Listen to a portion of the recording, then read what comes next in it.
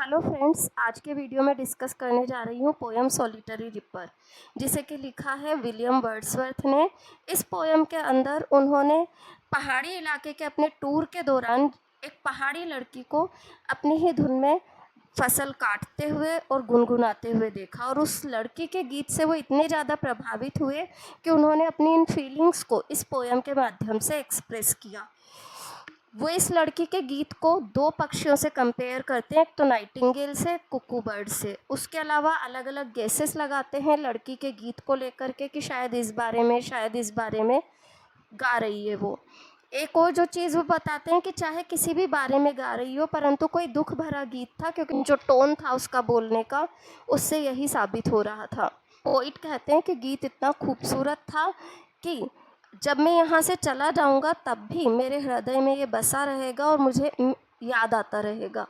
यहाँ पर वो पोयम को कंप्लीट कर, तो चलिए पोयम के नोट से देखते हैं solitary ripper. William Wordsworth was a poet who was greatly inspired. William Wordsworth एक ऐसे कवि थे जो कि बहुत अधिक प्रभावित हुए बाय द फ्रेंच रिवॉल्यूशन से। He enjoyed great friendship with Samuel Taylor Coleridge. S T. Coleridge से उनकी अच्छी दोस्ती थी। They wrote lyrical ballads in company of each other. एक दूसरे के साथ में उन्होंने लिरिकल बैलेड्स को लिखा। The poets like Southey, Wilson, Coleridge, De Quincey, Wordsworth form the famous lake school. ये ध्यान रखिएगा, लेक स्कूल पोइट्स के नाम ही ये सारे, तो इन सब का नाम याद रखना है एक नंबर के लिए। ही बिकेम पोइट लोरिएट इन 1843। 1843 में वो पोइट लोरिएट बने, ये भी याद रखिएगा। He is also regarded as a poet of nature. उन्हें प्रकृति का कवि कहा जाता है। हिज फेमस पोएम्स आर, उनकी फेमस पोएम्स हैं एक्सकर्जन, फिर दूसरी Prelude, Ode on Intimations of Immortality and sonnets. William Wordsworth had gone for a tour to Highlands. William Wordsworth Highlands के एक टूर पर गए। He saw a solitary girl in Highlands. उन्होंने पहाड़ी इलाके में एक एकाकी लड़की को देखा। This girl was busy in reaping and singing by her self. ये लड़की बहुत व्यस्त थी, अपनी ही धुन में काट रही थी फसल को और गुनगुना रही थी। The melody of the song was attractive. गीत का जो सुर था बड़ा आकर्षक था। The solitary reaper was written in 1805। Solitary reaper को लिखा गया 1805 में एंड पब्लिश्ड इन 1807, और 1807 में ये पब्लिश हुई।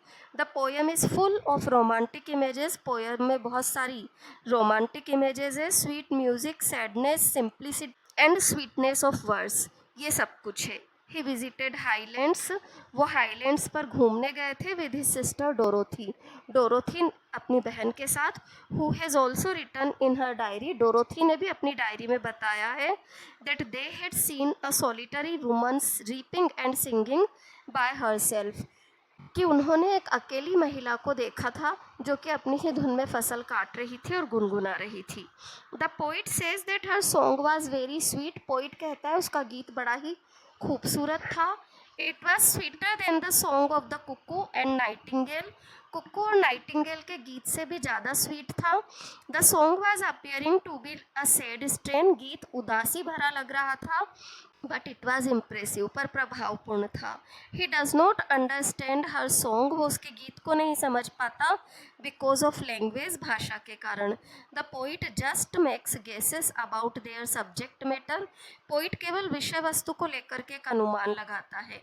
ही makes many guesses about it, कई अनुमान लगाता है। It may be related to a war fought many year ago. ये कई साल पहले लड़े गए युद्ध से रिलेटेड हो सकता था। It may be related to many far off unhappy things, कई दूर की पुरानी नाखुश करने वाली चीज़ों से रिलेट हो सकता था। The girl was singing so sweetly, पर लड़की इतना खूबसूरत गा रही थी that the knowledge of the theme was not so important, कि थीम का ज्ञान इतना महत्वपूर्ण नहीं लगा। It impressed the heart and mind of the poet. इसने पोइट के दिल दिमाग को प्रभावित कर लिया। Although the poet does not understand it's subject. हालांकि पोइट को इसकी विषय वस्तु समझ में नहीं आई, but this song echoes in his heart and mind for a long time. पर यह गीत उसके हृदय में और दिमाग में लंबे समय तक बना रहा। When this song can not be heard, जबकि इसे सुना भी नहीं गया। The poet keeps it in his heart, poet इसे उसके हृदय में रख लेता है फॉर एवर, हमेशा के लिए। When he reminds this song long after it, जब उसे ये गीत बाद में भी याद आता है, even then it fills him with joy, तो भी वो खुशी से भर जाता है। The poem is a lyric, poem एक लिरिक है। It has a stanza of 8 lines, इसमें 8 लाइन का स्टेंजा है, divided into 2 quatrains and octosyllabic couplets, जो कि 2 क्वाट्रेन और ऑक्टोसेलेबिक कपलेट में है। The fourth line of each of the 4 stanza, हर 4 स्टेंजा की 4th लाइन जो है ट्रायमीटर है। The octosyllabic line is written, octosyllabic line जो है वो लिखी गई है in iambic pentameter. There is juxtaposition of image of stanza 1 and 2 with stanza 2 and 3। Stanza 1 and 4 की इमेजेस को स्टेंजा 2 and 3 की इमेजेस से मिक्स किया गया है। स्टेंजा 1 and 4 करिएगा। The poet gives us the word picture of the life of a reaper, एक reaper के जीवन की शब्द चित्र वो हमें देता है। Who is busy in reaping, singing, cutting, binding, bending over the sickle, इन सब में वो बिजी है। It is full of mystery, ये रहस्य से भरी हुई है। Passion and high sweetness of language से, can not be measured into deep depth, जिसे गहराई से समझा नहीं जा सकता। इट कैन बी एक्सपीरियंस्ड, से एक्सपीरियंस किया जा सकता है। It can be experienced by the soul of man only, मनुष्य की आत्मा के द्वारा। There is a sad note in her song, there is a sad note in her song, उसके गीत में उदासी है। That he bears it in his heart, वो इसे अपने हृदय में बसा लेता है। The poem is remarkable for romantic imagery, poem उल्लेखनीय है रोमांटिक इमेजिनरी के लिए। The use of open vowel का यूज़ एंड ओनोमेटोपिया का use makes the poem musical, poem को म्यूजिकल बना देता है। The poem gives an impression of the whole universe, poem में पूरे ब्रह्मांड का इम्प्रेशन है।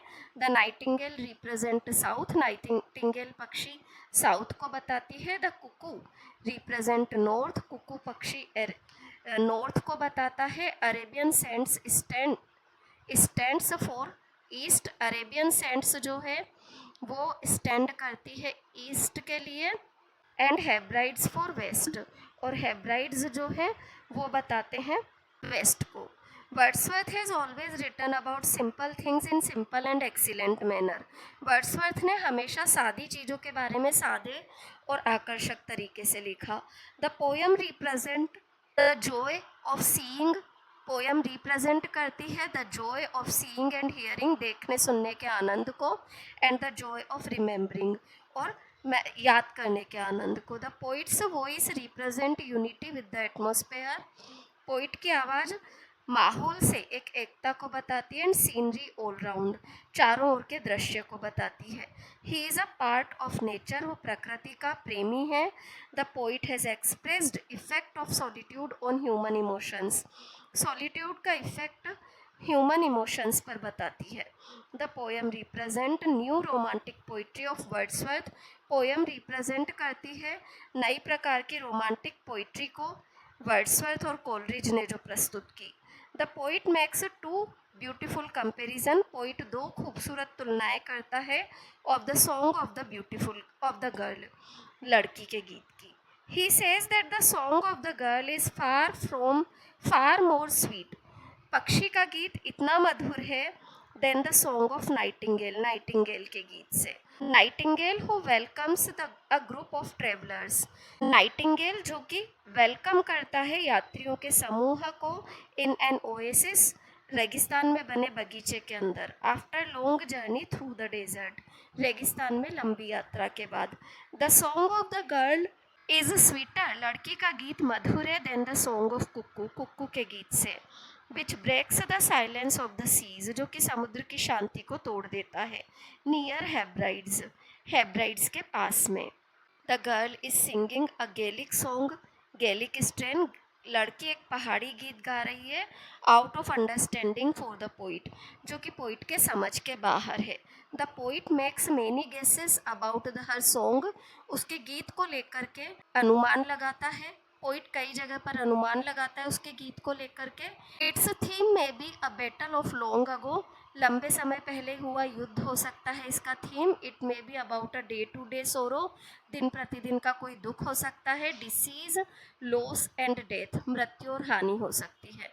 The poet is not concerned with the knowledge of the song, poet की कोई रुचि नहीं है नॉलेज ऑफ द सॉन्ग से, but he is impressed with its sweet music, पर वो प्रभावित हो जाता है इसके संगीत से, which cast a spell on him, जो कि उस पर एक प्रभाव डालता है।